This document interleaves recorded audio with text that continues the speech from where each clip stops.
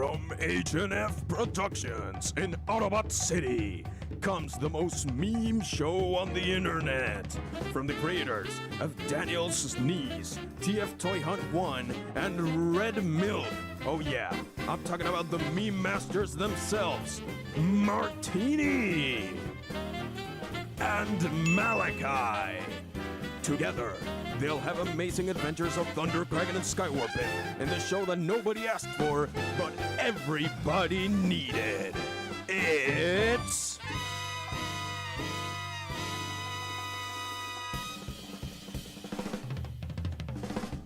Seekers in Crime. What is going on, ladies and gentlemen? Welcome. Guys, it's been a while, but we're finally back. Ladies and gentlemen, welcome. Well, as you can see, we have made some changes to the setup. We've added some decorations, changed some things. We got a new mic also. We got a HyperX Quadcast, as you can see there. Brings the best quality. So yeah, today we have a very, very interesting episode because we have a very important guest. The guest that we have today has made his own fan movie, just as we're doing right now. He is known throughout the multiverse. He is the one, the only, the master himself. Please, ladies and gentlemen, give a big round of applause to the Name Brand Company.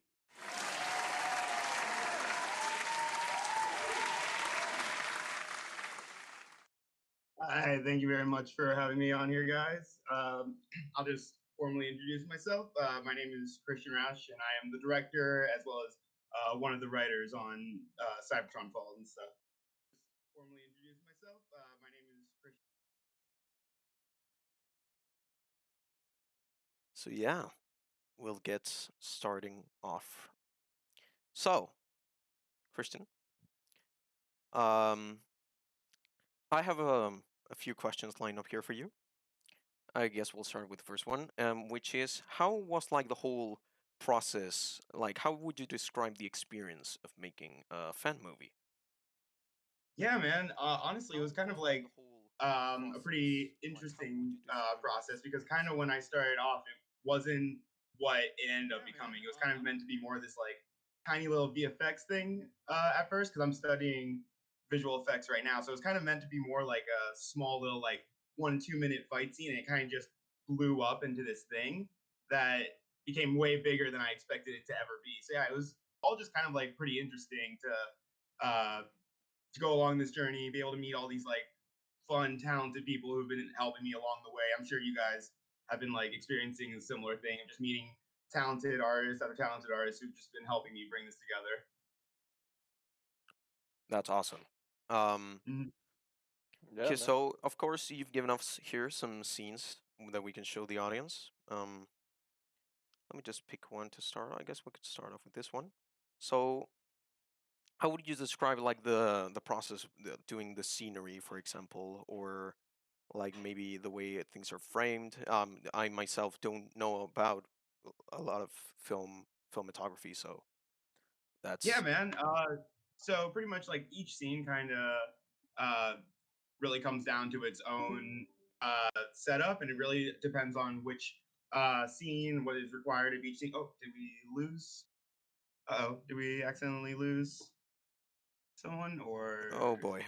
Ladies and gentlemen, we have just lost Malachi, and he has just returned. Oh, thank There he God. is.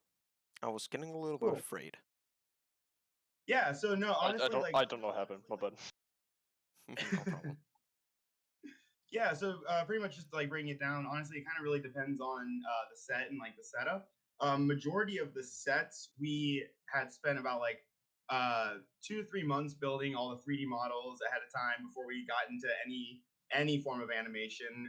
We spent about 3 months working on all the sets for all the scenes, and it's honestly, it's kind of like the best way I could describe it is like sort of like building a fake set in real life. It's honestly it's a lot of the same principles, but just done in a computer. If that makes sense. Yeah, of course, of course. Yeah. So to be so here, let's go to another scene. We have this scene with Hound that you also gave us. I gotta admit that the models are looking really, really good. Thank you, man. Thank you. And I have a question like, how was your process of choosing the correct look for the characters? Because of course we can see that it's they're really G1, but who knows? Maybe they could have been Bavers and such. Yeah, no. So honestly, a lot of the designs were kind of just like inspired. Obviously, I grew up on Bayverse and G1 primarily. So honestly, the designs were very much an amalgamation of those two sort of continuities. I've always kind of liked the sort of what's the word to describe it? How just detailed the Bayverse designs always were, and I've always wanted to see G1 done in that style. And I'll be honest, when the Bumblebee film came out, that was kind of the first time where I was like, oh, okay, so this can be done. This style can be done in like a blending of the two styles can be done, and it can work on screen. It'll like work with these G1 designs, and that's kind of what kicked off this whole snowball of just me like designing all these characters kind of in that same style. Okay. Mm-hmm. Yeah, man. I gotta say though, your guys' models, is it just one guy who's designing all of your models, or do you have multiple 3D artists working on your guys' project? Because your guys' models blow me away. Those things, I was telling you guys a little bit before we started going live. Those things are just beautiful. Well, of course we appreciate the compliment. But of course all the work, Yeah. all the credit goes to our amazing 3D modelers, Ahmed, Jamal, just literally everyone that it works on these models because they are turning out incredibly, and I couldn't be more thankful for their work. Oh yeah, like I was saying, Yeah. I think you guys perfected the Bayverse shockwave design. Like just with the amount of just little blotches of purple and whatnot, I think you guys did a great job with that design. That's my favorite one by far. Yeah. 'Cause remember I saw that and I was like I mean I already liked his model from Dark of the Moon, but then I saw like the yellow eye and like a little purple on like the more purple on him and stuff, and like just the better colors, and I was like, this looks really good. Like I really like this. Yeah, So I can agree with you on that one. Yeah. yeah. No, honestly, what was it? When I had first started working on Cybertron Falls, originally the designs were gonna be like just Bayverse designs. I was gonna get like some 3D models of Bayverse designs and like just retexture them to be the G1 colors because I've always wanted to see those designs with kind of more G1 accurate colors. And I gotta say, I love the fact that like that's kind of very much. It seems like that's what you guys have been pretty much doing with these models, right? Yeah.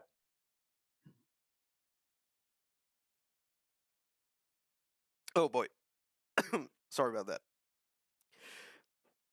Um, yeah, well, one of the designs that I have to admit absolutely blew me away was the Shockwave one. I mean, this beast looks absolutely intimidating. Thank you. Yeah, no, the shockwave design is it's one of the few designs from the first film that we honestly really didn't touch when going into the second film. Because like with the majority of the designs, we kind of tweaked to kind of make them a little bit more detailed and or like tweaked here and there to give them a bit more refined look. But yeah, no, the shockwave one was the one of the few ones where I was like, okay, I think I'm very happy with how that model turned out. It Yeah, looks I can definitely agree absolutely with you on that one. beast-like. Yeah, Thank you. that's really good. It looks really, really good. So, I don't know how much like you want to like transmit, if you will. Um, but I was wondering if you could tell us about how like the second movie, of course, like how the production is going, like what route is it gonna take, if you will. Just like information in general, maybe that you want to share. Yeah, so the sequel is honestly, it's very much a true sequel. It's continuing right where the first film left off, with all of the Autobots being stranded on Earth, and with the Decepticons hunting them down. It literally picks up immediately after where the first film left off. And we're kind of doing something interesting with how we're telling this story.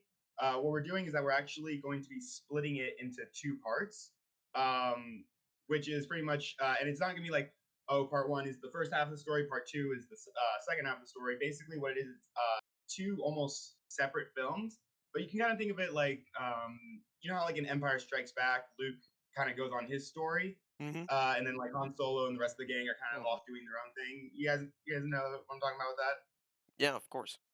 Yeah, so Yeah. that's how I would describe part one and part two. So like part one, if we're thinking about it like kind of in the same sense of Star Wars without giving anything away. It's kind of just like the Luke story. It's going to be very much centered on one set of characters doing their own storyline, and then part two centers around a whole other set of characters, and then in the end, it kind of culminates together. I'm trying to say as much as I can without spoiling any of the film. So I really hope that paints a good picture of what the film is going to be like. Of Oh, yeah, that sounds of really course. interesting, actually. Okay, so another thing I wanted to like offer you that I don't know if you like want to or not is that I was thinking that maybe perhaps we could like get an exclusive, if you will. I was thinking perhaps we could watch Cybertron Falls and maybe get some director commentary, if you will. Okay. Only if it's up to you, Yeah, of no, course. I'd be totally down to do that. That sounds like a totally fun idea. I'm totally down to go through the film with you guys. Okay, perfect. Let me just Perfect. plug it here. We'll get to work. Yeah, I should have got some popcorn. You should have, Get out of Malachi. here. Cliff jumper, your ass isn't taking anyone out. By I the way, could just as a break you little and you would side break. note, as like a funny At story while least you're I getting all that set contribute. up, He over here barely knows it's kind of how to funny use a because gun. we kind of have this whole thing set as like Look a whole at you. trilogy, Makes me sick and when we the share the same original title boundary. for the Have last you ever film even killed a in it was going to be Decepticon? called Unicron Enough, Rises. Cliff It's going to be jumper. like Were a, you even you know, like a kidding Cybertron around Falls, that Unicron Rises You're kind of barely even a soldier. poetic thing. That's And then I enough, saw you Cliff guys were making jumper. your film called Rise of Unicron, and I was just like, now I can't use that title because they beat me to it. They beat me to the punch. I don't know. I just thought that was a funny little coincidence that, like, when I saw your guys' production, I was like, oh wow. So, let me 2 seconds here. Sorry about that. I'm having kind No, of you're good. You're good. um,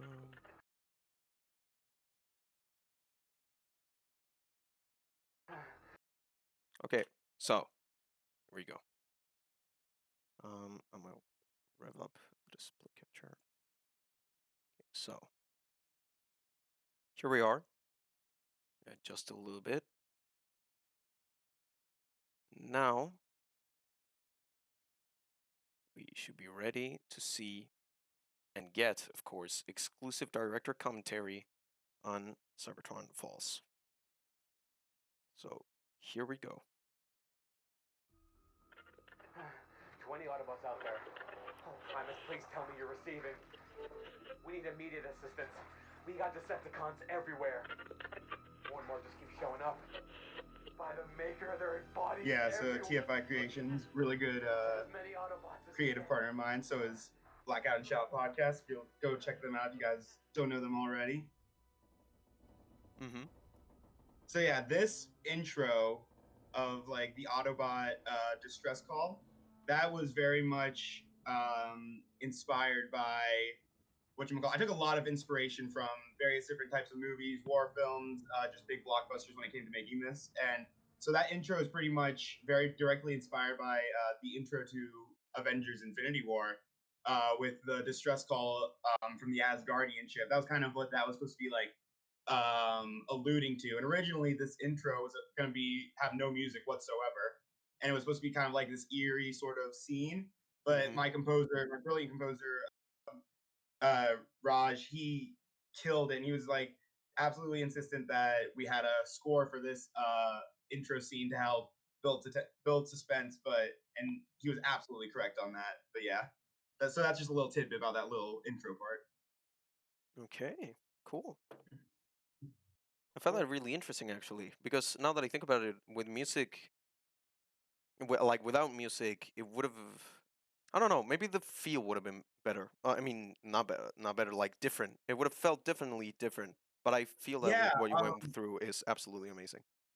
of course. Yeah, no, like the feel of the scene totally changed the moment that he added the music. And honestly, like the flow of the entire film as a whole just kind of works way better the moment he added the music into it, because I had a cut of the film where there was no music in this intro scene. It was kind of just sound and like the Autobots talking to each other. And honestly, it kind of just not grinded the film to a halt, but it created a much slower paced intro. And Hmm. I just feel like the rest of the film is just so fast paced that like it didn't flow right with the rest of the film. If that makes sense.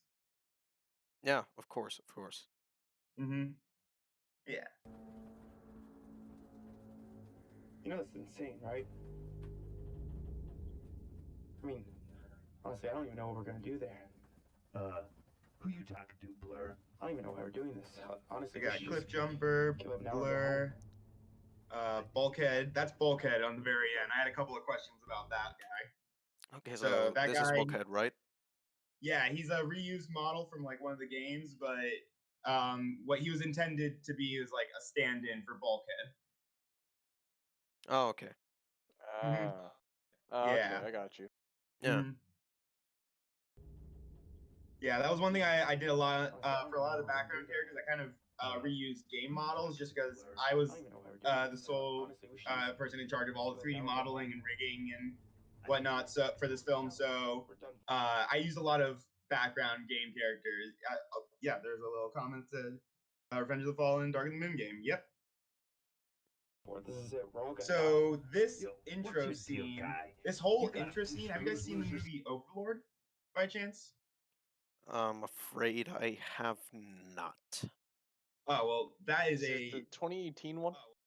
yeah, the zombie Nazi zombie. Yes, I kind have of seen movie. that. Yeah, I Yeah, have seen. so that movie, honestly, Yeah, I have seen that. Yeah. yeah, the intro to that film. I think you know where I'm going with this kind of, but the intro to that film was basically like Yeah. directly inspirational for the intro to this film. Pretty much when I saw that film, I was like, that's kind of when I got the idea for this film, was just because I really love how that film just opens up with a group of soldiers on a plane and them going into a battle, and it's just kind of like this buildup of tension. And if you haven't seen that, just look up the Overlord plane scene online, and it's one of the best film scenes I've seen in recent memory, honestly. But yeah, that scene played a big inspiration on this whole scene. Yeah. Interesting. No, yeah, I'm because I saw the film like a year or two ago, or maybe a couple years ago or so, and like, yeah, Yeah. now you say that, it's kind of cool. Like, that's actually really interesting. It's a Yeah, really no, it's inspiration from actually, that, because I wouldn't have expected that, honestly. oh yeah, no, it's funny though because like as we go through the film, I'm going to be slowly just be pointing out like which scenes, because the film as a whole is basically just each scene is directly inspired by scenes from different movies that I just love a lot, and I took as direct inspiration for how I wanted to adapt these characters into a more serious tone. Of course. Something easy, Yeah, of Cliff course. Jumper. Sorry. Sorry, Yeah. I feel uncomfortable. I tend to speak my mind. Calm my nerves. Well, I don't buy Got Cliff it. Jumper Oh, just boy. talking to I everyone. don't. All this stuff about Decepticons bringing down Autobot City, it's a load of crap. Yeah. Decepticons. One ain't comment shit. I saw all the time was about the cursing for this film. Hmm. And I'm not gonna lie, I feel like in this intro scene, what I was trying to do with the cursing in this film is like I was really trying to give it sort of a realistic feel to the dialogue. I kind of really wanted these characters just to feel like soldiers in a plane talking to each other, and that was kind of the idea behind the cursing. And looking back on it, I do feel like it may have been like a bit overdone, just because like it's really just only in this scene really where there's cursing. Like there's cursing throughout the film kind of, but it's like kind of more heavily in this scene. And I feel like if I could change one thing, I'd probably dial that back a little bit. But yeah, that's the that's the one criticism I saw all the time was just then people don't like their robots saying the word crap apparently. Shit, Megatron ain't nothing. He don't scare me. You are so full of shit, Cliffjumper. Believe me, if I got Megatron in my sights, bang, he wouldn't even know what hit him. Get out of here. Cliffjumper, your Hold on a ass isn't minute. taking it. Is that like if I am Megatron in my sights line, is that maybe a reference to like the G1 episode where Cliffjumper has like It is. It is 100% a reference to when the very first, I think it was the pilot episode, right? I think so too, Where yeah. where Cliffjumper, whatchamacallit, was saying how he's got Megatron in his sights and everything. Literally, that is 100% a reference to that. That is awesome and an incredible like attention to detail. Thank you. Yeah, there's so much little not like there's a lot of Easter eggs in the film, but none of them are like sort of direct. They're more just like, yeah, the reason why I did that was because was done in the original cartoon, and there's a couple more instances like that throughout the film that I'll point out. Okay, excellent. He wouldn't even know what hit him. Get out of here. Cliffjumper, your ass isn't taking anyone out. I could see we flick got you and you would break. My wonderful least I voice can- actor Jack Buttram in this chat. He voiced Cup for Cyberdrum Falls: The War Within. Oh, that's awesome as well. Yeah. Your ass isn't taking anyone out. I could flick you Yeah, and you so would there's break. Wheeljack least I can and contribute. Bumblebee. Be over here, Barry. Mhm. Knows how to use a gun. One, Look at you. so yeah, Makes me Wheeljack was sick pretty when we much share the- directly inspired by his appearance in the Bumblebee film. But I wanted to make Wheeljack because I feel like Wheeljack in that film is very like bulky. So I kind of made him this very like elongated, lanky kind of guy. But other than that, he's basically like directly inspired by his design in that film. knows how Oh. to use a gun. Look at you. Makes me sick that we share the same body type. Have you ever even killed a Decepticon? Enough, Cliffjumper. What are you even doing wearing that emblem? You're barely even a soldier. That's enough, Cliffjumper. Hey, don't listen to him. Yeah, so I got a lot of comments about the Wheeljack one. You don't have to pause the scene. This is like a quick little thing. Oh, I okay. got a lot of comments about Wheeljack, or not Wheeljack, about Cliffjumper in this scene, and just like how much of a jerk he was. Mhm. And I think a lot of people kind of like missed what was kind of going on with Cliffjumper in this scene. So pretty much, he's meant to be sort of like freaking out. Like my interpretation of Cliffjumper with this was that he's kind of like a guy who, in the face of danger, he kind of turns into more and more of a jerk, you know.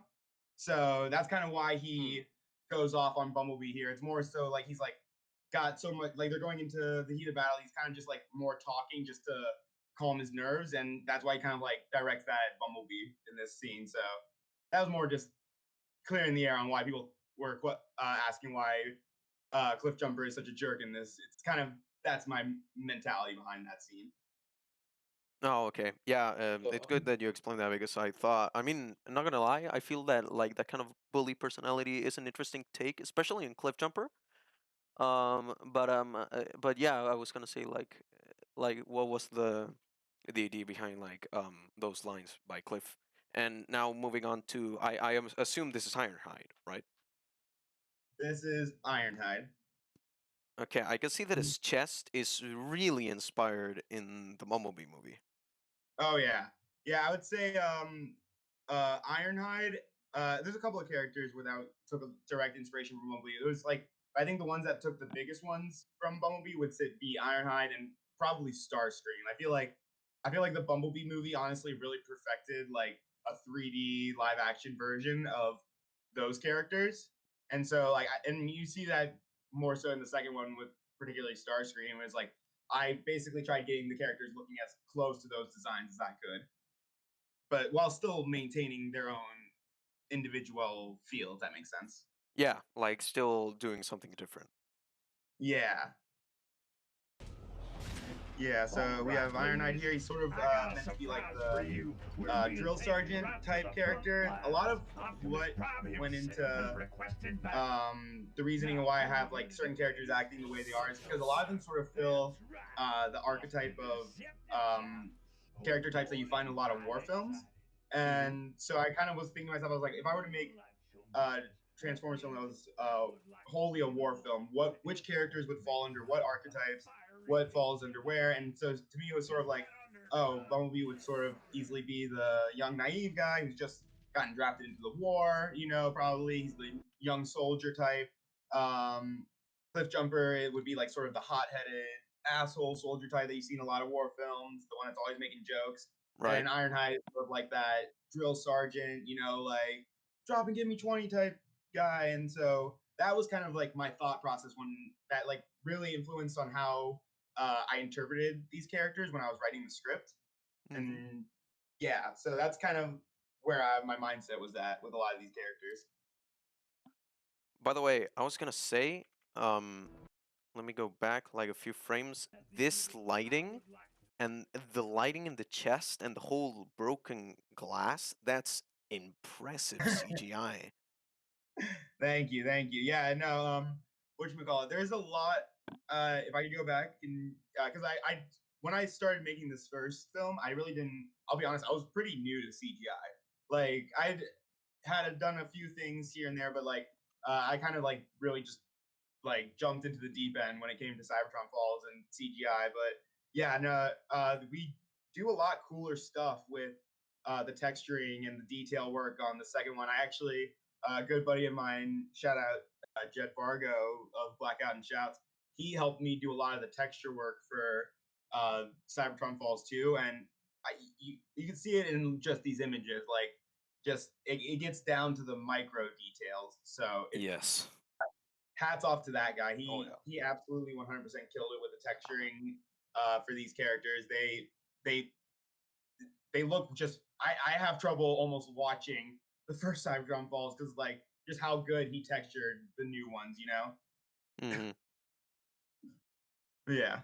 Yeah, but that looks absolutely breathtaking, and it's such a minor thing. Also, Thank you. like the Yeah. normal viewer probably wouldn't like caught wind of that, but it looks Yeah. really, really good. Thank you so much. Yeah. No, Buckle. it's definitely like one of those things like since I was like working on the film meticulously, like it's more nitpicks on my end that like just bug me personally, but I'm just like, thank you so much for the kind words. That really means a lot. Yeah, it's absolutely, absolutely amazing. Yeah, I'm not gonna lie, I didn't even catch up. I didn't pick up on that either. So that Be the one was to really good. escort Megatron to the fiery gates of hell. Is that understood? Yes, Sergeant.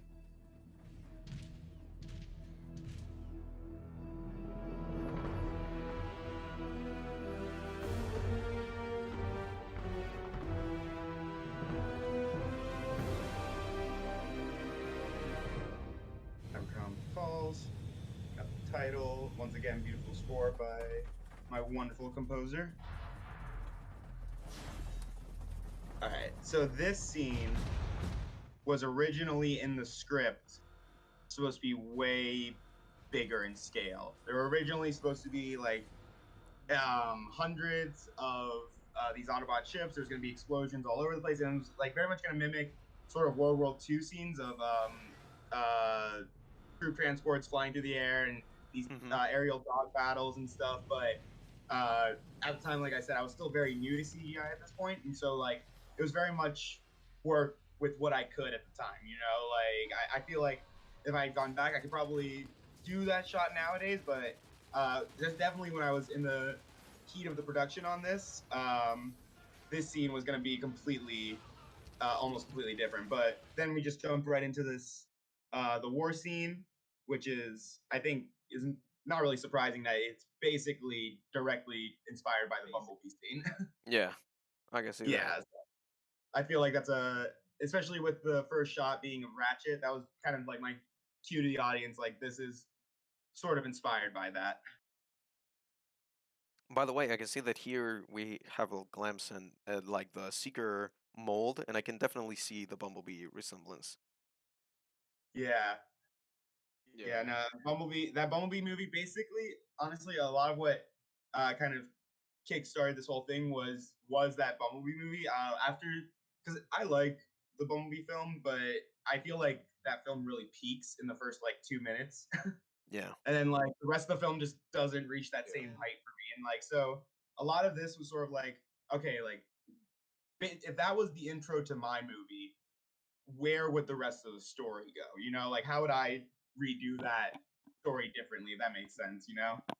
Right. Yeah, yeah.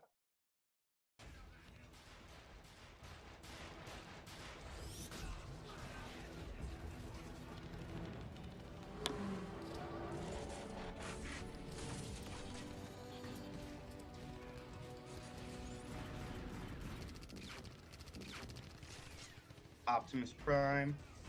My boy Can I is just say that looking like clean. that transformation is like, can I just say that transformation from his vehicle mode to his robot mode is just just perfect. Thank you.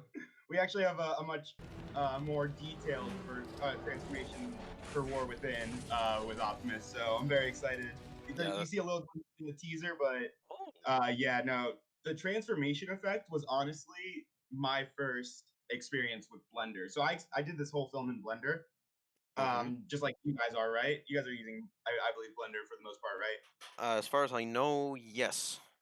Yeah. Okay. So yeah, this was the transformation effect was kind of like my first real experience with Blender, and it was like just with some Optimus Prime model and just a truck mode that I found online, and I basically sat down and was like, I want to learn how they did that, and I'm not sure if I figured it out 100%. I kind of found my own method that was like, all right, that works for me. That looks good on camera. I'm gonna stick with that. But yeah, that's kind of what got me into uh see the world of CGI. Was literally just learning how to do that effect.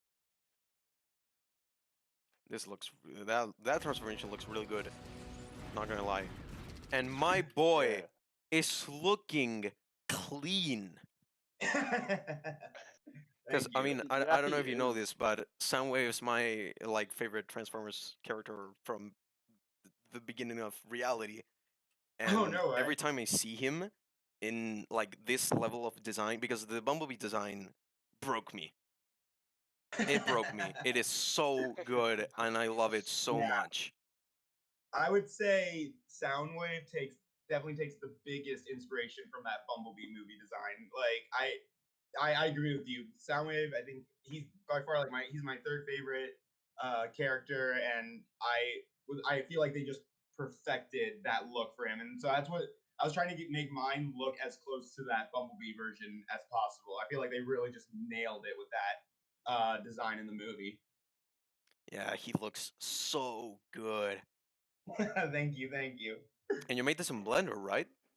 Yeah, all the pretty much the majority of the main robots that you see on screen were all modeled in Blender. Same with the backgrounds, everything.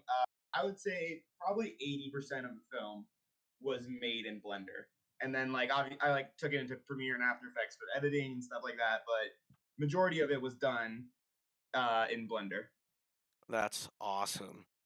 And you Yeah. could do this too. If you want to learn to use Blender, you could use Skillshare, which is today's sponsor. No, I'm just kidding. We don't have a sponsor. But SG, thank you for that wonderful joke. That was gold. Yeah.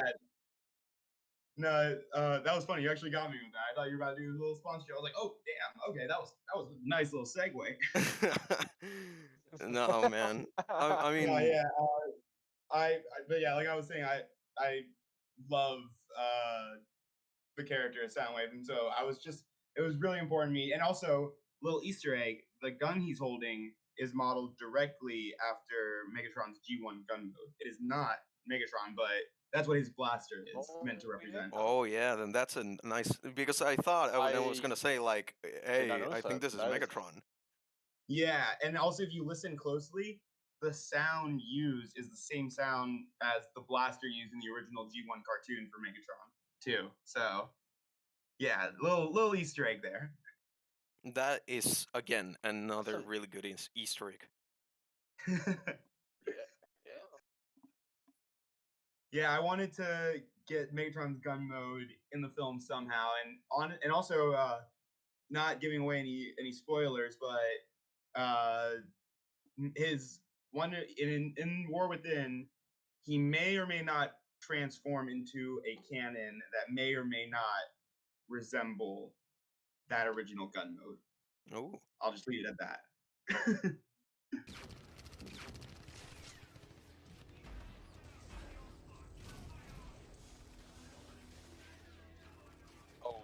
Martini? Hmm? David asked if he's gonna be joining. If he's gonna be joining later, so he'll know to be ready. Oh yeah. I mean, just ask him when he wants to join. I'm thinking that maybe he could join after we finish the director commentary, and then we can have the two directors clash. We'll have Michael Bay and Quentin Tarantino talk about everything that is movie making.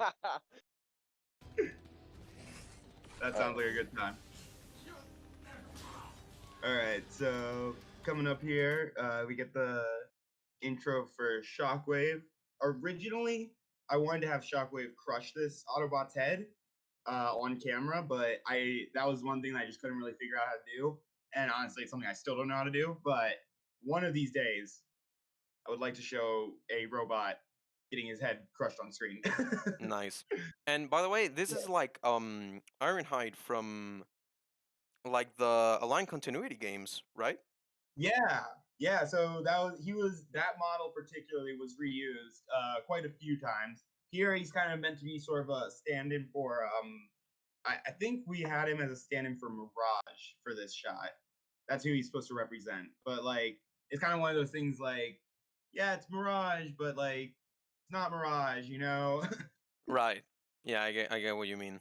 Yeah, but that Yeah. looks really good, especially and also the animation, everything just looking really good. Like, Yeah. And well, of course, the start already establishing like Shockwave as this imposing threat.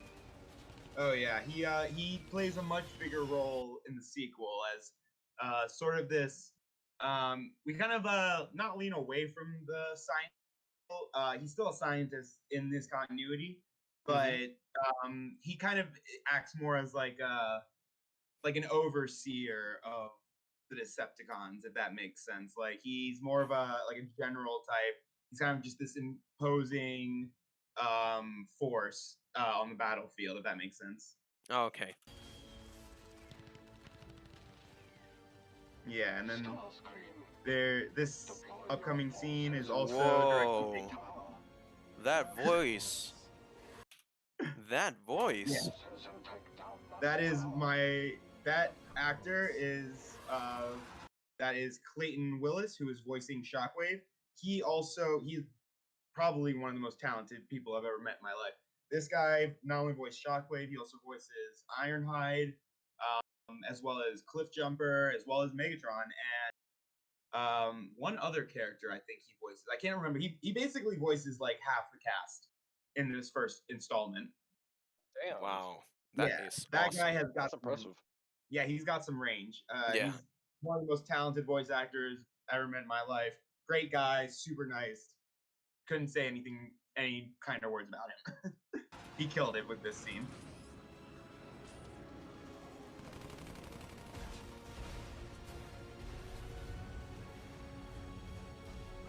Yeah, coming up, the tower falling. Oh once my again, God. Directly influenced from Bumblebee. This message goes out to any surviving Autobots. And then that leads us into this voiceover with Optimus. Optimus in the first film was voiced by a different actor. Unfortunately, he wasn't able to come back and reprise his role for the sequel, but it's okay. The actor we have now, I think, kills it. He sounds identical to Peter Cullen, and there's some scenes in this next coming film where you're gonna like hear him talk, and you're just gonna be like, that's Peter Cullen. Like this guy, he brings sort of like a grit to Optimus in the sequel, but I'm super excited to see how the audience reacts to his performance in the sequel. I'm definitely looking forward to that now that you mentioned it.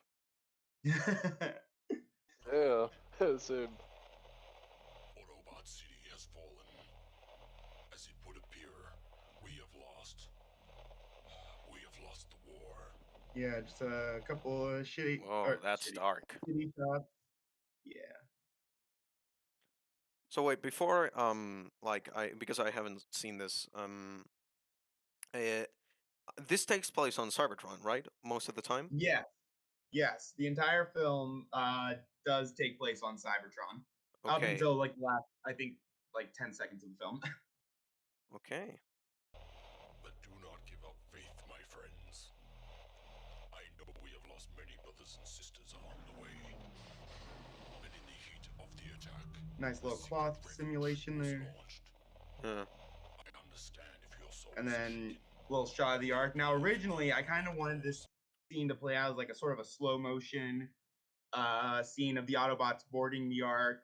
But whatchamacallit, this last little like montage was literally done at the last minute.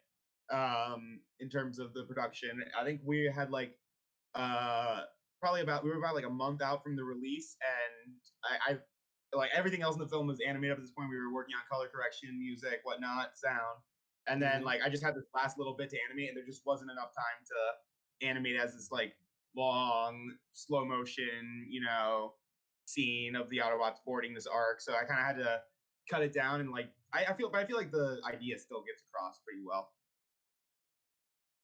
Is lost. But I urge you to rendezvous Yeah, at the definitely. coordinates I have sent you. I wish you all the good luck. Till all are one. That static effect is really good, also. Yeah, that's shout out Yeah. to TFI Creations. He did all the sound engineering on this film. Shot of the flag, this shot.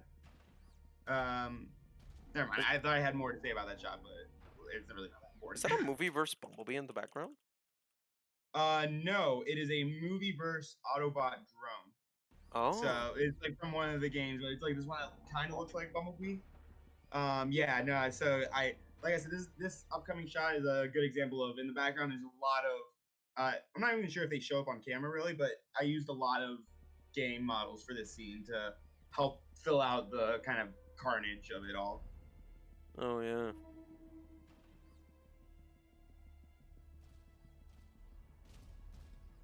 See Cliff Jumper right there in the corner, and then I'm not sure how many people spotted this, but you actually see Wait, is that us? Wheeljack. What was it? Is that us? Is that Thundercracker and Skywarp? Oh yeah, that's Thundercracker and Skywarp. That's you guys. Nice. Hey, Martini, we look a bit different, Martini. Yeah, we got a We little look pretty good, though. slimmer. Yeah, we look good though. I mean, we still look pretty good though. Not gonna lie. Yeah, whatchamacallit. Funny thing about this scene, Clayton Wells also voices Skywarp. And when I had given him the instructions for this scene, I was like, yeah, literally, I just need them to sound like generic thug types, And he was like, all right, well, you didn't give me a specification on what type of thug, so I made them British. And he just made Skywarp British for some reason. And I was like, all right, that's just weird enough to work. It is weird enough to work. And then we got the wonderful Jed Fargo. Voicing Whoa, Starscream. that transformation also. It was really I love that clean. entrance for Starscream. That's just Yeah. Thank you. yeah. I love when Yeah, like when transformations like when someone transforms and then after he's like in robot mode, like small pieces start to adjust. I love that. I feel that is visually so pretty. Yeah, thank you so much. Yeah, that shot was animated months before I had animated the rest of the scene. I literally animated that specific shot for the trailer, and like I just have that on the back line until like I animated the scene like 3 months later. So yeah, that's Jed Bargo voicing Starscream. For this Starscream, we took a lot of different inspirations from numerous different movie villains. We honestly a lot of the inspiration for like our version of these characters very rarely came from the original cartoon itself. They kind of more took on inspiration from other films of the same genre for war films. So with Starscream, he took a lot of inspiration from what's his name? The Christoph Waltz in Glorious Bastards. I can't remember the character's name off the top of my head. But anyway, but what I'm trying to say is that character was a huge influence on this rendition of Starscream and how he sort of like toys with his victims. And in the second one, we kind of dive into a lot more of this version of Starscream. It's one that keeps in line, but he's much more sadistic than any other Starscream. There's a particular scene monologue that he delivers in the second film that just really drives home that point that this version of Starscream is just kind of like we envision him as sort of like a radicalist for the Decepticon cause. If that makes sense. Oh, okay. Little Autobot soldier. Oh. Why, Nice. I remember hearing stories of your victories back in the first Cybertronian Civil War. I like a lot his voice. It sounds kind of like animated. Yeah, My he word, I believe he took expected inspiration at least from a little more a bunch of respect different from Starscreams Autobots. to create the But voice. don't Yeah, waste your animated was time. definitely one of them, and I think the TF Prime Starscream Yes. was also a big influence on the voice for this Starscream. Yeah, this scene in particular was very inspired by that intro scene for whatchamacallit. It's kind of like an amalgamation of the intro scene for Inglourious Bastards and this one death scene from the movie Overlord. If you've seen the film, you probably know which one I'm talking about. But the general gets basically cornered by a bunch of Nazis in that movie, gets killed off in a very similar fashion how Ironhide does here. This scene as a whole just kind of is an amalgamation of those two. I like the rusted like look on Ironhide when he in like this. He looks a lot like. It brings me vibes from like Transformers, Dark of the Moon. Oh, true. Yeah, that wasn't really intended, but yeah, no, that was kind of more just like I just found a rusted paint texture online and just applied it. But yeah, no, that's actually a really cool thing that I didn't even realize that is a very similar way to how it looked in the. Well, that's that. Fall back.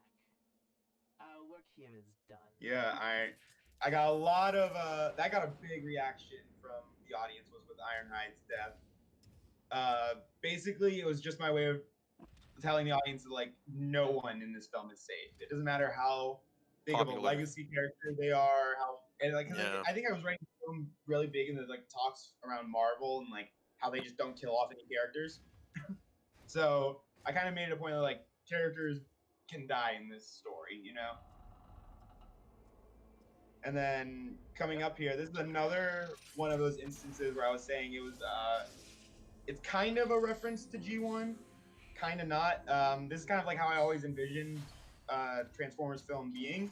So like in a perfect world where if this was like a feature-length film, this would be majority of the film. It would just be Bumblebee and Wheeljack walking across Cybertron trying to get to the Ark. And yeah, and that's kind of meant to be like that's a direct inspiration from the G1 cartoon where that was what I was gonna ask. Yeah, so like that's the big reason why Soundwave kills off Wheeljack here, because I remember like watching that episode as a kid, and even as a kid I was just like, why doesn't Soundwave just kill him right then and there? He has them cornered, you know, like, and so that's kind of like a big reason why I wanted to kill off Wheeljack. Also, it plays a lot into Bumblebee's character and yada yada yada, but we'll get to that more as that part comes up. Press the big button and the ship will take you there. Good luck, my friend. TFI Creation does deserve an Oscar.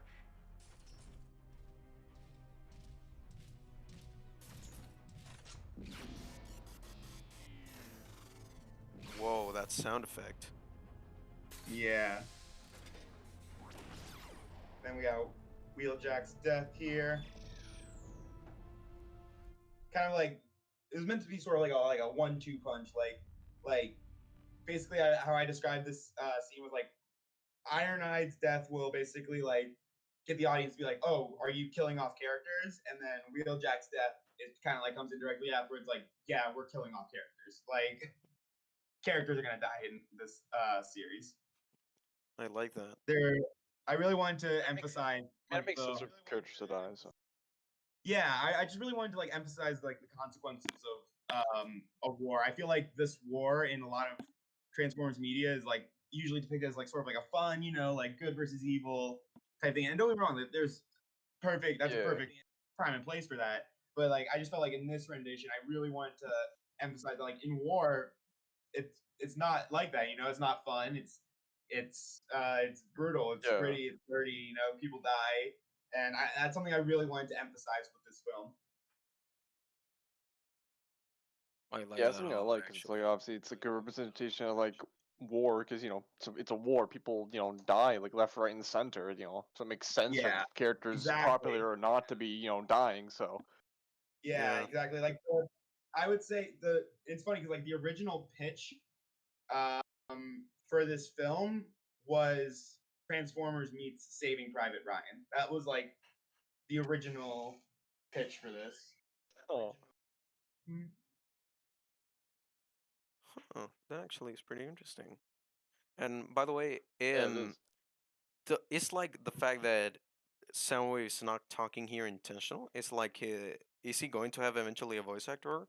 Does he have a voice Well, actor? And I'm just like, don't know my stuff, or I believe he has actually one line in this film that was like kind of added last minute. But what I wanted the goal for Soundwave with this rendition was definitely meant to be like he's just this stone cold killing machine. Like his in this rendition he is kind of like the least human version of Soundwave, if that makes sense. We don't really go okay. into it much in this sequel, but his sort of backstory in this version is that he's basically just a computer, like just a supercomputer who, like, not he's obviously a character and stuff like that, but like if you were to like think about him, he's sort of like this stone cold supercomputer programmed just to hunt down Autobots, like that's kind of, and that's why like Soundwave doesn't really speak much, he's more just like I'm there to do a job, get in and Oh, out okay. type deal. So it's I assume it's Makes like sense, based yeah. off Transformers Prime, right? Actually, it's not really directly based off of anything. When I wrote this film, I had not seen a single episode of Transformers Oh. Prime. Like, I would say like I Oh, didn't watch. I had heard about some of the storylines and character arcs and stuff like that, and those what I had heard definitely played an inspiration in writing this. But when I was writing this film, I had pretty much not seen any Transformers media since I was a kid. Believe it or not, like it was something I like loved as a kid, and then like I kind of got reintroduced to it as I was working on this. Mm-hmm. But that's kind of like why I like when I was going into writing this, it was sort of like I had like a distance from it. I was like, all right, how would I reinterpret a lot of these characters? And it kind of just like so happened that a lot of my reinterpretations kind of just ended up lining up really well with what they did in TF Prime. Mm-hmm. So like, and definitely in this the sequel, I had seen I have now seen like I think the first season of TF Prime. So like that played much more of an influence in where we went moving forward. I see. Wow, that is really cool. But oh, and by the way, Yep. wallpaper Yeah, shot and right everything. here. Thank you. Yeah, I love this shot of Soundwave. Any shot of Soundwave with Laserbeak on his forearm, I'm always trying to go for that shot. Then there's I the also arm noticed right that outside of. notice I'm that sorry, what was that? Shockwave, or not Shockwave, Soundwave has the broken glass, which I like. Oh The yeah, broken glass effect pretty much on his chest. almost every character who has glass, if you look closely, I think outside of like Optimus, if you look closely, it's actually cracked from war and stuff like that. Mhm. Yeah, my original vision for this is honestly a lot more reflected in the sequel, just because like I said, like I'm not the best texture artist, so when I was working on this film, I was the only one doing all the textures. Mhm. But my original vision for this was that these characters were gonna look way dirtier. You know, they were gonna look scratched up, beaten, dented, have all these different things. But it was just kind of stuff that I didn't really know how to do at the time. So yeah. And then we get our little introduction to Magnus. And if you listen closely, there is a key line in this scene that alludes to what's going on in War Within. Oh. And it's the line where it's basically when Magnus right at the beginning says, this is a risky plan, we don't even know it's there. That's a key line for the sequel. Good plan, Optimus. Basically alludes to why Optimus is going to Earth, why because right now the Autobots think that they're just trying to flee, but that kind of alludes to like, oh, there's kind of a behind the scenes plan that is brewing. Optimus, we've been through a lot. That's cool to like set up. That's pretty cool. And I trust you now.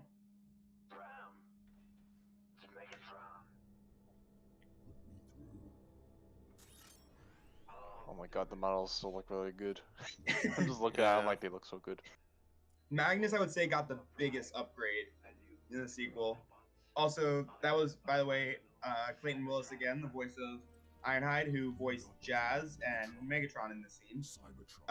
Jazz we did get recasted for the sequel, and he's going to be voiced by Derek Woods in the sequel, but yeah, he, just to further emphasize how talented that guy is, he voices 2 characters in the scene.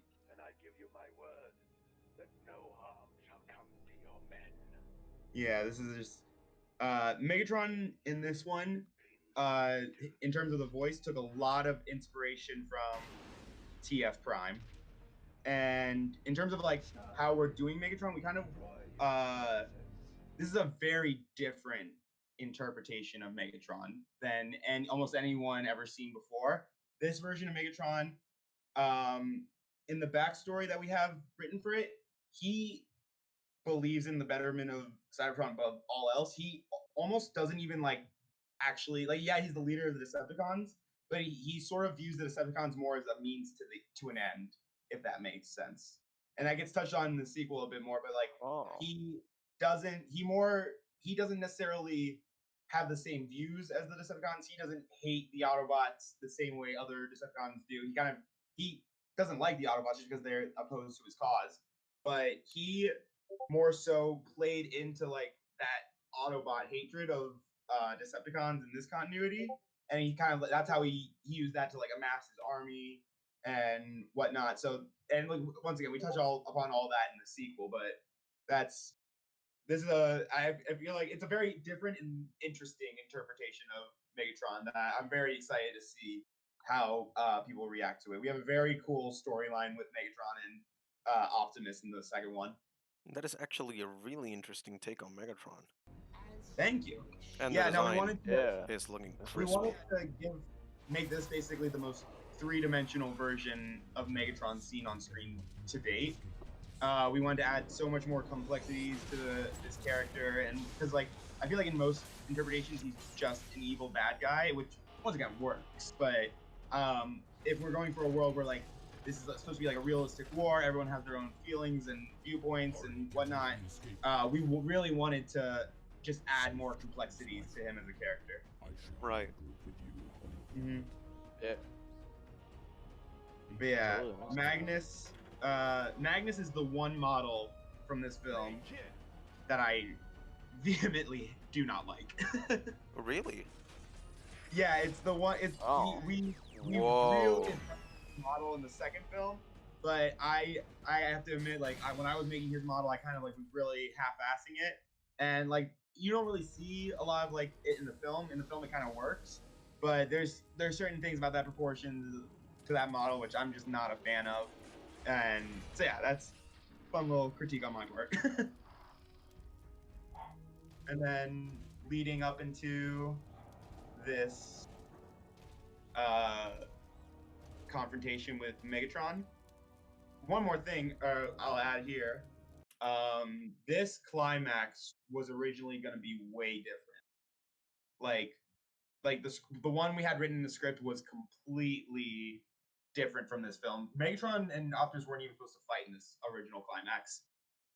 That's how different it was. Oh. So pretty much the original climax for this was how I envisioned it. It was one, going to be way bigger, and two, it was going to be, picture the intro to Revenge of the Sith and like that big aerial dogfight. Oh, yeah. It was going to be something along the lines of that. That was going to be the original damn. climax.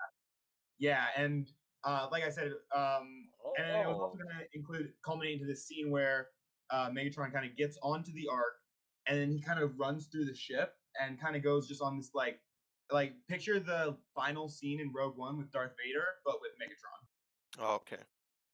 Yeah, That would have been so it was awesome. Okay. Yeah, and then it was gonna Yeah, it would've pretty been much awesome. culminate in him like walking through this ship looking for Prime and all that, and then like the last shot was originally gonna be he sees Prime like across the room, and Prime gets into a space shuttle and flees, and then like like it would have been cool and stuff, but like the main reason why I didn't do that is because one, it would have been tough to film, just logistically speaking. I didn't think I was like capable enough to pull that off for this. Right. And two, I felt like it kind of ruined Prime's character, just having him abandon ship like that. And so I kind of wanted, we switched it around, and also at this point I wasn't sure if I was gonna make a sequel, so I was kind of like, all right, let's have at least one Prime fight between the two in case we don't do another one, just to kind of show to give the audience that. And yeah, so like this climax ended up becoming sort of just a more smaller, intimate version of what it was, which is a good tip for any independent filmmakers out there. If you're doing an idea that you can't pull off, try finding the more intimate version of that scene and go with that. So yeah, this little end fight, I had a lot of questions about why Megatron doesn't just kill Optimus right there, then and there, and that will be touched upon more so in the sequel. In the sequel, once again, not without spoiling anything, we really dive deep into the history of those characters, their relationship as former friends and whatnot, and we really touch on a lot of aspects on that I've only seen in like TF Prime and like did a similar story to what we have set up. I've only seen like TF Prime and a couple other stories, so I'm super excited to see how the audience reacts to that. And this last little scene on Earth. Was that actually Earth or is that CGI? This is all CGI. Everything, including Everything. this. Damn. Yeah, this is What? Damn. No way. Yeah, the whole. Are you this whole kidding scene, me? This whole scene. I cannot take credit for these 3D models, though. I will admit these ones these are the only models that were purchased for the film, because I just didn't feel like I was capable of like making a landscape shot like this. But yeah, these shots are completely CGI, all done in Blender. That's amazing. Thank you. Yeah, that's actually incredible. Oh my god. It's stunning. Thank you. Oh my god. And there it is. Yeah, Wow, that was really good and impressive. Thank you very much. And these end credits were done once again by my composer, not just the music, the credits themselves.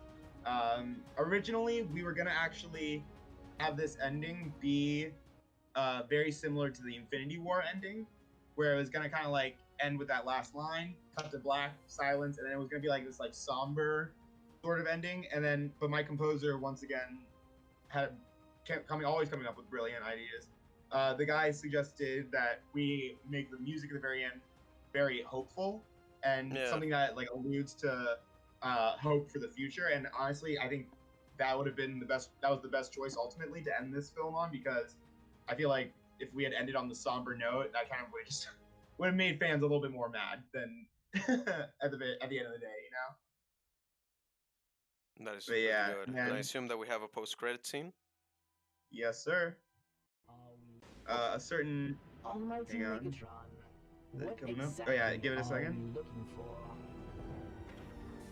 Oh, there we go. Oh. Oh.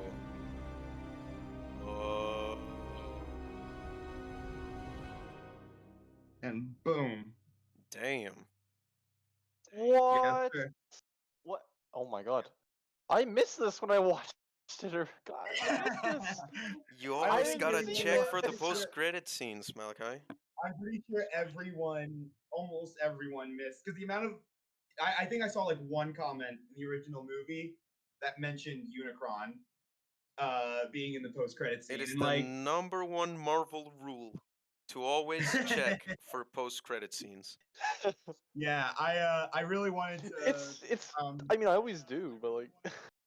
yeah, no, I really wanted to allude because obviously like when I started the production, I kind of had this like how this started off was kind of like it was originally kind of like if I were to pitch a Transformers film, how would it play out? And it like included Unicron and all this stuff. And the original pitch ended up being like 10 pages long of just like all these different ideas.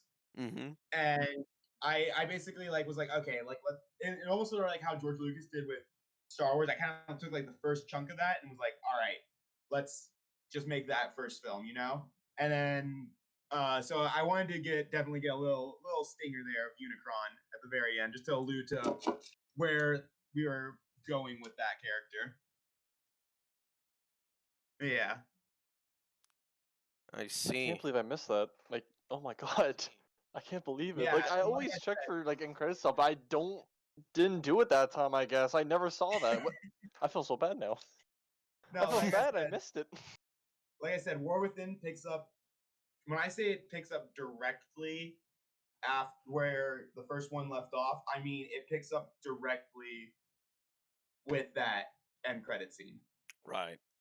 Oh. So I thought I'm Okay. gonna say, and also with Unicron, we had a lot of we have a cool interpretation of Unicron also with this one that's gonna be very.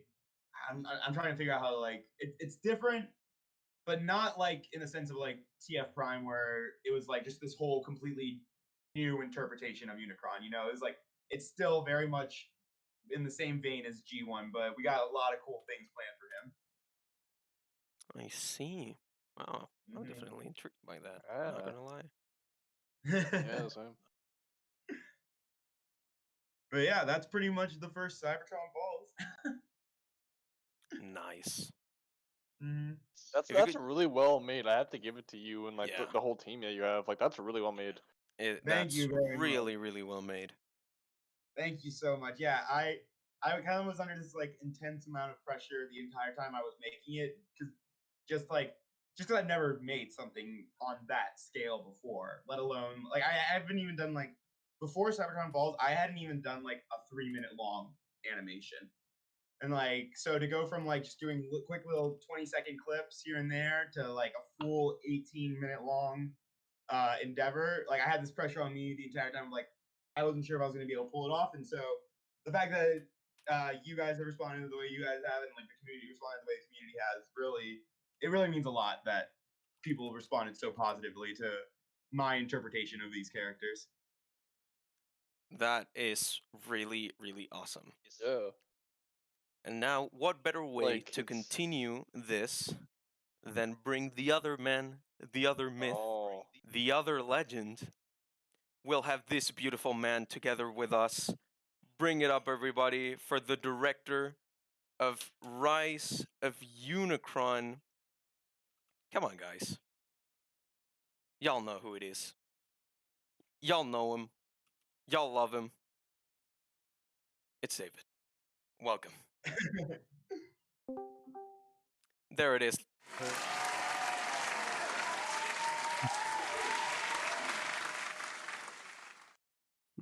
Hello, hello, Welcome, David. hello. Hello, David. Nice to meet Hello. Oh my god. Yeah, nice to meet you too. you. I'm really excited about your film that you guys got coming together here. I was telling these guys the shots look beautiful, or the Thank- renders that you guys are putting out look beautiful. Yeah, thank you. I wish I could take credit for that, but Yeah, your guys' team, you guys got an all-star team working on this project. yeah, I agree. The team, like the amount of like talented people working on this, it's incredible. Yeah. And you guys are like, you guys are pretty much all over the globe. pretty much. You guys aren't just all working in the same country, right? Like you guys are Yeah. just communicating all over. That's incredible. Yeah, I'm in the same situation. My composer lives out in India, and TFI lives in Canada, and so I understand, but that's just crazy. You guys are putting together the quality you guys are putting together is just chef kiss. Thank you, thank you. Yeah, I mean, I can give back the same compliment to you. I mean, Thank you very much. when I've seen like the trailer that I've seen, it looked really good. I'm really excited for Thank that. you, thank you. Yeah, And also the those first trailers. Cybertron Falls. I'm sorry, what was that? And I said, and also the first Cybertron Falls is really great. Thank you so much. Yeah, those trailers are, believe it or not, only from the first 5 minutes of part 1 and part 2. Oh, Both really? trailers. Yeah, except for like a couple of clips that are taken from later on in the film, but for the most part, those teasers, the teaser trailer and trailer 1, do not give anything away from the entire rest of the film. There's so much that has not been shown in those trailers. Oh, but I think that's a good idea that you chose to only take scenes from the beginning, because then you cannot spoil a lot. Because I Yeah. hate that with trailers these days, they spoil literally the whole movie. Yeah, I agree. I have to admit, a lot of it was sort of just out of necessity because when I was putting together those trailers, I only really had the first 5 minutes of art to pull from because that's all I had animated. So yeah, I can't act like I like thought too deeply into it. It's more just out of necessity. By the way, I have one question that I need to ask you, Christian. How Yeah. from start of productions, from like then okay, we're gonna do this to the video being uploaded on YouTube, how long did this take? I would say the first one took about a year to make. I did it in a little. I think from the start of animation to when the film actually went out, it was about 8 or 9 months, I think. So just under a year. Damn. Fast turnaround. Yeah. Yeah. No, and then this honestly, the turnaround for the second one has been almost intensive because we kind of made the mistake of making this second one twice the length of the first film, and so we're basically doubling the work, but we're turning it around in the same year-long time frame. So, yeah, it's been a lot. I can imagine, yeah. Damn, Yeah, man. but that is really, really awesome. Thank you. Yeah, just in general. I mean, when you get to know like the amount of people you get to know through these projects alone, that is, I think, worth it in the end. Oh yeah, no, I before Cybertron Falls, I've never worked with a crew like this before, and it's a pretty small team of us, like 4 or 5 people who are in total working on the film outside of the actors, of course. And I gotta say, it's the best part of the whole process was collaborating with these talented people who, and we all just like are all on the same page. We're all firing off 100%, and that's been the most fun about this whole project, honestly. Yeah, I it's the same for me. I mean, Yeah. I imagine the funny thing is, I don't know, like, how did you get to know the people? Did you just know them beforehand, or like, how did you spread the word? No, actually, I kind of met everyone along the way while I was working on the first film. So like I had pretty much originally was just going to be doing the film entirely on my own. I put out this casting call in a bunch of like little Facebook groups, and through that I was able to meet Jed Fargo, who voices Starscream, who runs Blackout and Shot, and he was able to help me with some of the sound mixing. And then along the way, I actually was posting in other Blender groups on Facebook, seeing if I could get any CG artists to help me make some. I think it was like environments or something at the time for this film.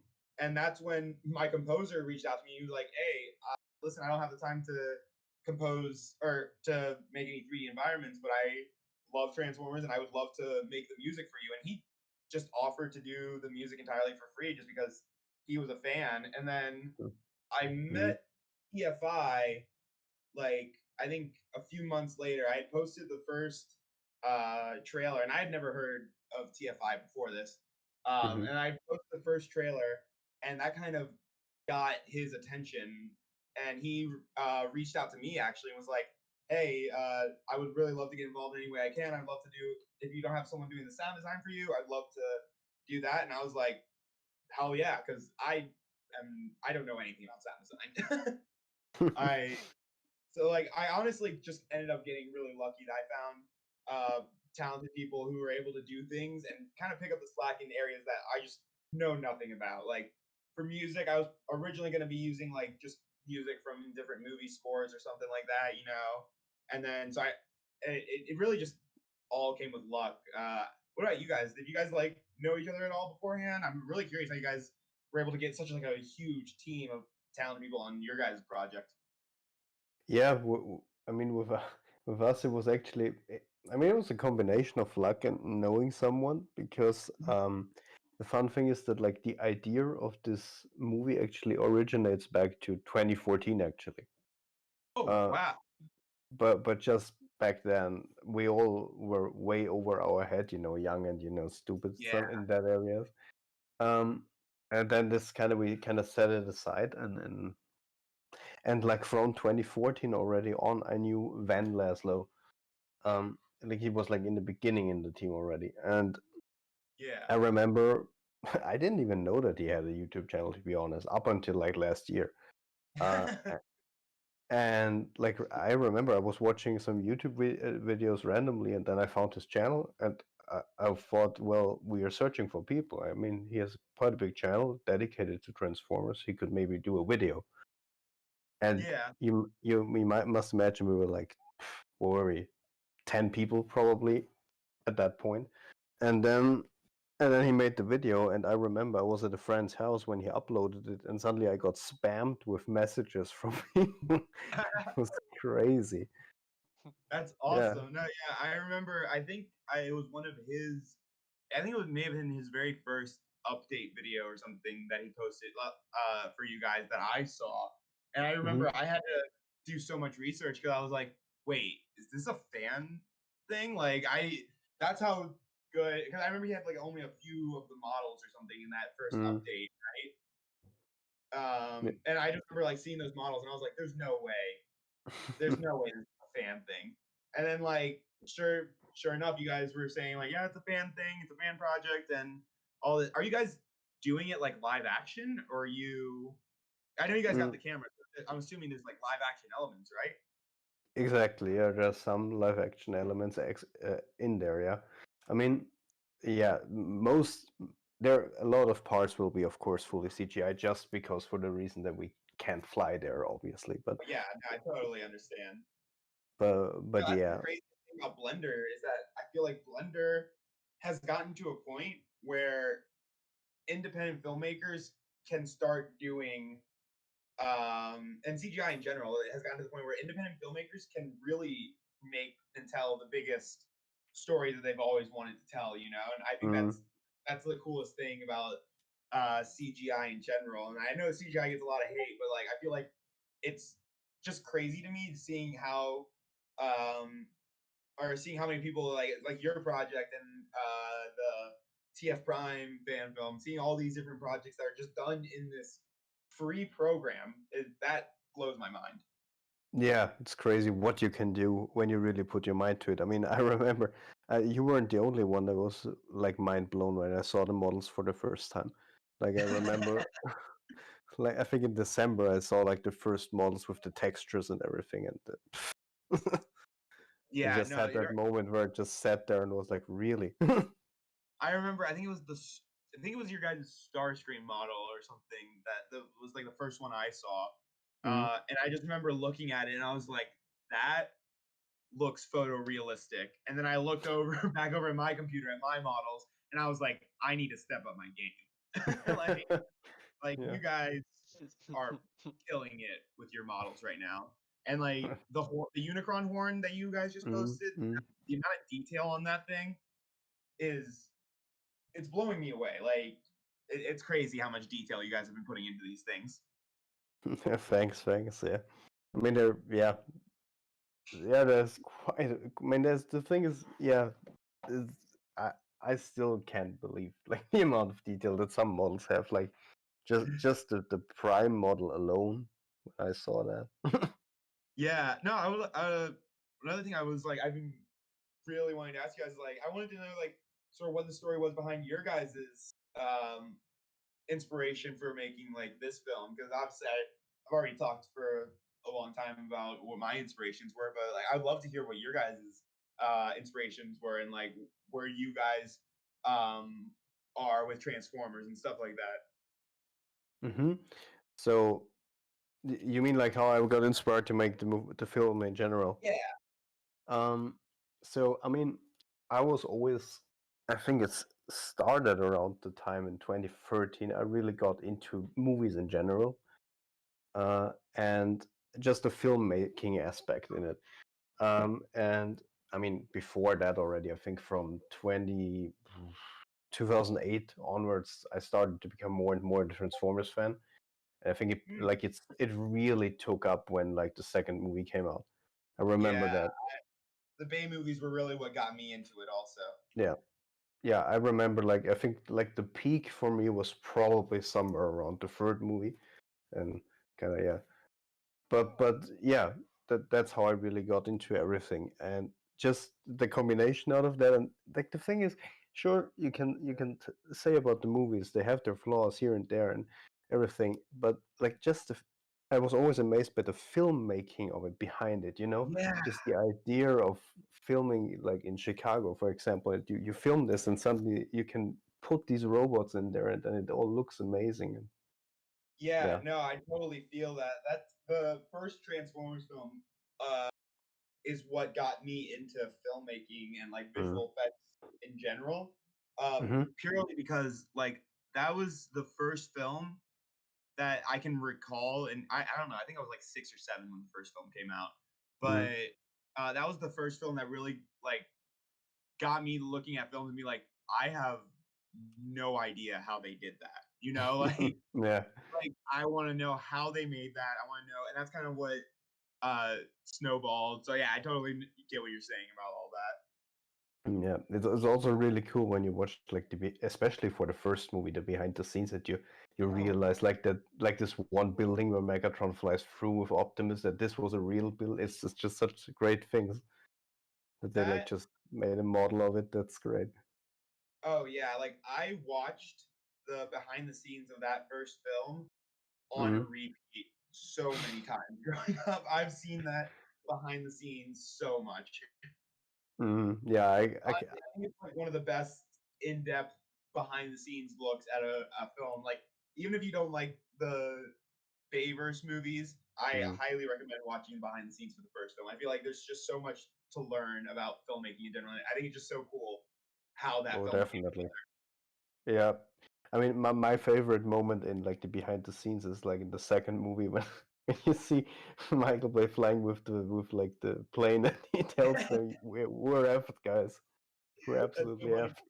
My favorite thing to do with the Bay films is to spot the Michael Bay cameos in the background because he puts himself in all of, and like there's at least one VFX shot in every film with Michael Bay, and it's hilarious when you find them. Yeah, but there's one question actually. Now that I'm thinking of it, where is it in the third movie? Because I never thought of that. In the third film, I don't remember specifically where. I know there is one in the third film. Okay. I can't remember specifically. I remember like in the first film, it's there's a CGI double of Michael Bay getting flicked by Megatron. Yeah. In the second film, I'm pretty sure it's in the library where there's a quick shot of you see Michael Bay, and in the fourth film, I caught this one in the behind the scenes, but it's where in the truck, through the truck. Yeah, and I'll be honest, I have not watched the fifth film since it came out. I that's like the one Bay film that's the one Bay film I cannot. I've tried rewatching it a few times, and like 2 minutes in, I'm like, I can't. The reason why I just said I the last time I watched it was in the cinema. I mean, I watched it in February, but I was so because I don't know if you know it, but we made like a Bayverse watch along where we watched Oh yeah, all yeah. five. I remember watching a few. I chimed in on a couple of those. I didn't get to watch watch them along. I'm Yeah, I pretty busy with understand. what's going on. Yeah, yeah, and by the time the fifth was, it was like 5 a.m. and I was half asleep, half awake, so I Oh can't really God, count that. I couldn't imagine trying to stay awake through that movie. Like that. That's actually like one thing I wanted to ask. Like, how much do the Bay films influence your guys' film? Like, does it like pick up like where those films left off, or is it like generally like kind of related to them, kind of like Bumblebee, but like for the most part its own Hmm. thing? Like, is your guys' film like directly a sequel, or is it very much on its own? Actually, yeah, the Rise of Unicron is supposed to be like the conclusion of the Bayverse, so to say, like an Yeah. unofficial one. And yeah, it's supposed to actually take literally start after the end of the fifth one. Yeah. Ah, that's cool. I like that. Mm. Yeah, no, I'm so excited to see how your guys' film turns out because I just from what like I said from the renders you guys have been posting, this I feel like it's already gonna be better than about 80% of what. And I like the Michael Bay movies, Mm. but I just feel like you guys are gonna knock this out of the park. I remember Thanks. I chimed in on one of your guys' live streams, and I forget. I think it was. Um, is there like a couple of people writing the film, or is it like are you just the Yeah, sole there are a writer? couple. Yeah.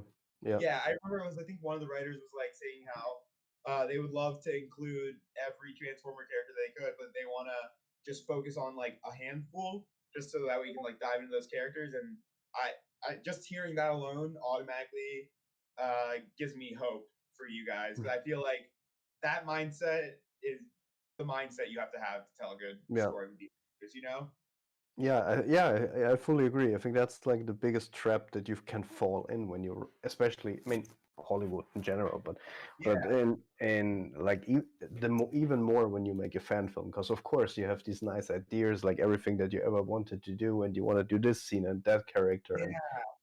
yeah, and but the problem is the more you add, either the movie gets to a length that'll even surpass the Snyder Cut, which doesn't make sense, or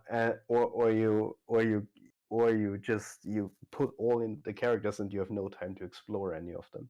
Yeah, the pitfall I think a lot of fan films kind of fall into is that a Mm, lot of them are just so eager to show like what they want to see, and then like mm, but like they kind of like fall into the pitfall of like they don't properly set that up, so it kind of just it doesn't carry as much weight that I feel like those moments could. And so I totally know what you mean with that. That was kind of like the same mindset with when I was writing the first Cybertron Falls. It was like very much like I want to look at these characters as almost like people first, you know? mm. Like Yeah. I don't want to just show characters just for the sake of showing a character. For the most part, I want to Mm. definitely dive into these characters as like individuals. Yeah, exactly. That's like it's always funny because one of my friends he's always like, yeah, because Transformers have characters, you know. His problem is he only has seen like the Bay films and he thinks that's all that Yeah. Transformers is. No, And yeah, that was like my thing with it is that like so like I grew up on like the Bay films and like G1 and anime and stuff like that. And like mm, the one thing I always heard about like the Bay films is like I wish the Bay films would just like show more of the characters and yeah.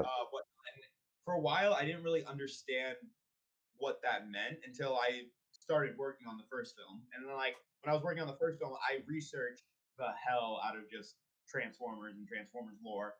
Mm, And that's when I kind of realized like, oh no, these are like more than just cool robots that fight, you know? Like mm, these are people who just happen to be robots. You know, that's what the vibe I wanted to get capture with mm.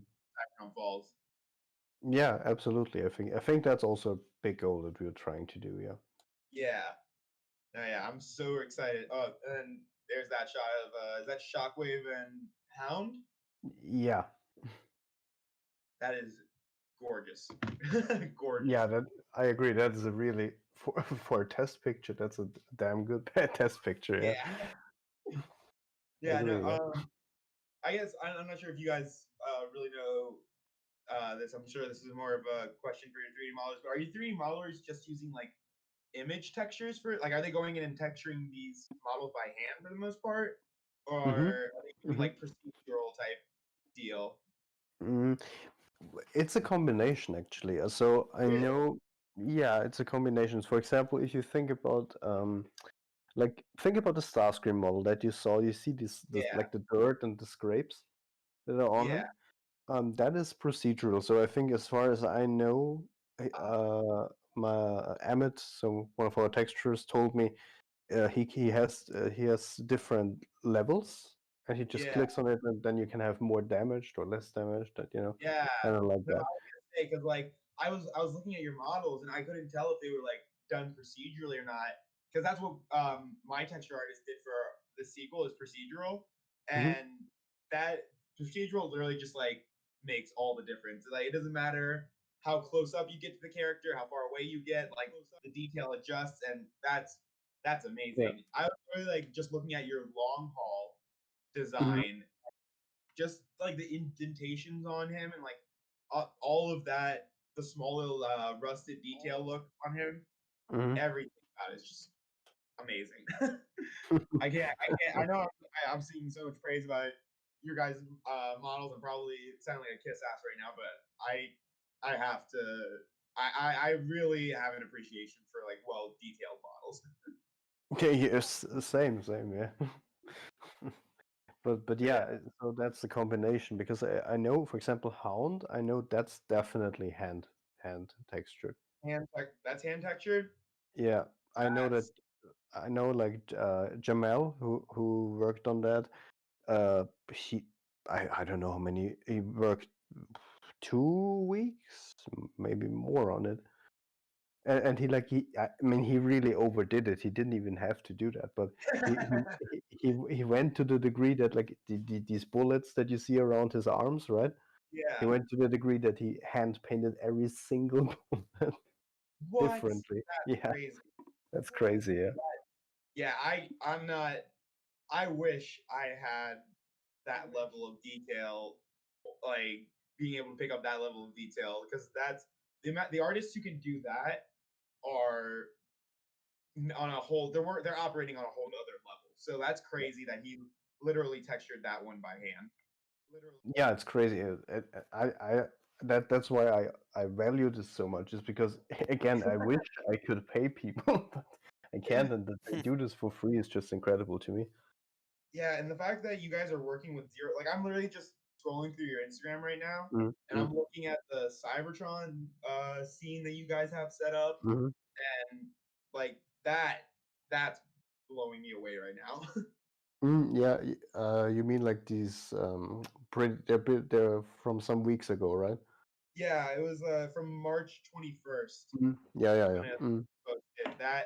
That the amount of detail that's just showing up on there, that it literally looks like it's from the film. Thanks. Yeah. Funny enough, some of the textures, I don't know if you played Destiny 2, but some of them are actually from that game. No way. Yeah, yeah, some of them, like Van That's crazy. actually worked on that. Yeah, yeah, That's crazy. yeah. I Damn. think, like, yeah, I think a few things that he added, like these hexagons. Of course, that's also what he added. Yeah. Okay. Damn, Mm, that's crazy. yeah. Yeah. All right. I hate to do this to you guys, but I think I actually have to get on out of here pretty soon. But No this worries. was so much fun. Thank you guys so much for me on here. This was I love talking to you guys. You guys are super fun to talk to. Would love to come back on the show again at some point. No problem. The Mhm. pleasure is Yeah. all Sure. ours. Yeah, Yeah. If Thank you you for guys are being here. yeah. We'd love to have you on again sometime if you know, like you said, you'd be down to come back. We'd love to have you. of And who course, knows? man. Of course. Perhaps we could even have a world premiere of Cybertron Falls 2. Hey, maybe. stranger things Oh. have happened. I'm actually hoping to do like a little watch party Oh yeah. for Cybertron Falls too. So I'm still trying to figure out exactly how to get all that situated, do like all that, do something big for the premiere. But yeah, definitely that would be so much fun. Well, awesome. Mhm. Well then, I guess maybe we Yeah. should end it here then. Thank you guys so much for being here. You also always our lovely audience. And we'll see you on the next episode of Seekers in Crime. Bye bye, guys. Take care. All right. I thought I had it all together, but I was led astray. The day you walked away, you were the clock that was ticking in my heart. Changed my state of mind when love's so hard to find. Your feelings changed like the weather, went from clear to gray. All that I would pay. How can I go on with the cup falling apart? Love's so hard to find when someone's on your mind. Listen, baby, your wish is my command. Baby, won't you understand that your wish is my command? What can I do to make my baby understand? Something tells me that I'm dreaming. I can see his head waving unaware of problems that have a tendency to keep the truth behind, far from our minds. You need someone you can believe in. This I do declare.